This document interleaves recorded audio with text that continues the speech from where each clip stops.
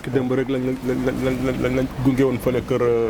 Wally Seck nga dem jaale te tamit yaa ngi fii Cambérène di jaale lan lañ mën a jàpp ci ñëw bi tey waaw ñëw bi de comme ni ngeen gisee rek mooy sàkku si tuyaaba ku génn àdduna da ngay ñëw masawu ko jaale ko ngir am tuyaaba ci sunu borom mu nekk nag loo xamante ni lu ma marqué woon la bi Cheikh Wade génnee àdduna boo dafa fekk bitim réew mais vidéo bi seetaan naa ko plusieurs fois ci mettit ak ci émotion ñëw naa nag jaale naa waa kër gi yóbbu nañ ma ci biir wan nañ ma machine bi mu daan ñëwee may lancer un appel solennel au président de la République ci benn mbir machine bi Cheikh daan ñëwee daan ci kurkuree am nañu musée bu mag bu nekk wetu Grand Théâtre ma bëgg état bi jënd machine bi exposé ko foofu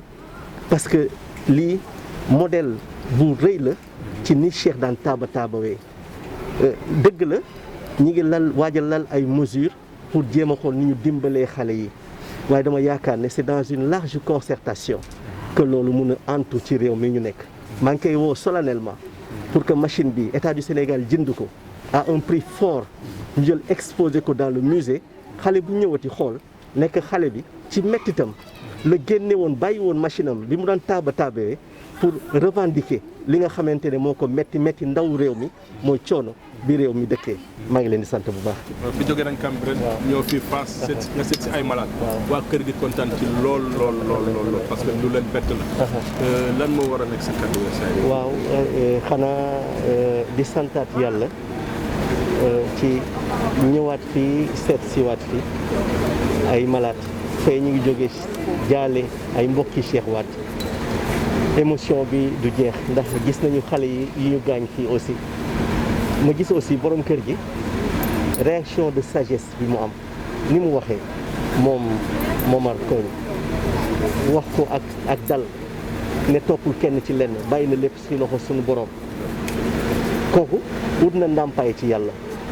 te ndàmpaay ci yàlla rek moo wér damay wax nag ak autorité réew mi ñi nga xam ne ñoo jiite ak ñi bëgg aussi jël réew mi ñaar moo fi nekk benn bi mooy usure du pouvoir ak bonne intention ñi jàkkaarloo ak ñoom di opposition am fraîcheur ci langue politique bi ba pare amaale bonne intention soo croisé ñeenti éléments yi ma wax benn bi day sayal beneen bi nekk cëslaayu beneen bi mooy entre la fraîcheur ak l'usure du pouvoir ak ñaari bonne intention yu daje lépp di nekk di fàttali préambule constitution sénégalaise muy engagement patriotique bi la constitution wax ci préambule soo demee ci Rwanda génocide bi def na 1 million de morts plus de 2 millions de déplacés soo demee Guinée Bissau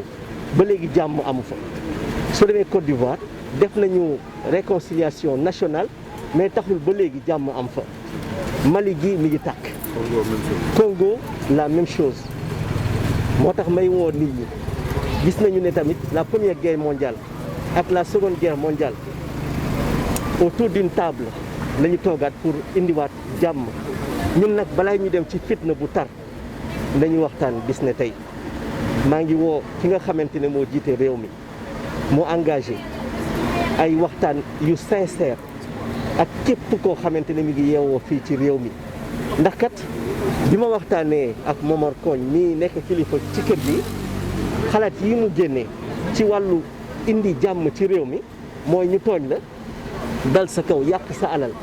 dal ci sa kaw njaboot nga wëlbatiku yow ne jéggale la sama xel dafa am ci lu mu dem léegi li mu wax mooy benn taalif bu ma bindoon ci yonent bi muy dellu si Màkka ma ne sa dellu si Màkka fay na naqar nga mënoon a fayantoo wëlbatiku jéggale ñi la tax ñu sopp la donc nañu dem ci essentiel mooy fàggu jàmm ci jamono ji balaay ñuy dem ci xeex boo xamante ni ci jàmm aussi la ñu war a toogaat pour liggéey ko loolu mooy suma message tey jii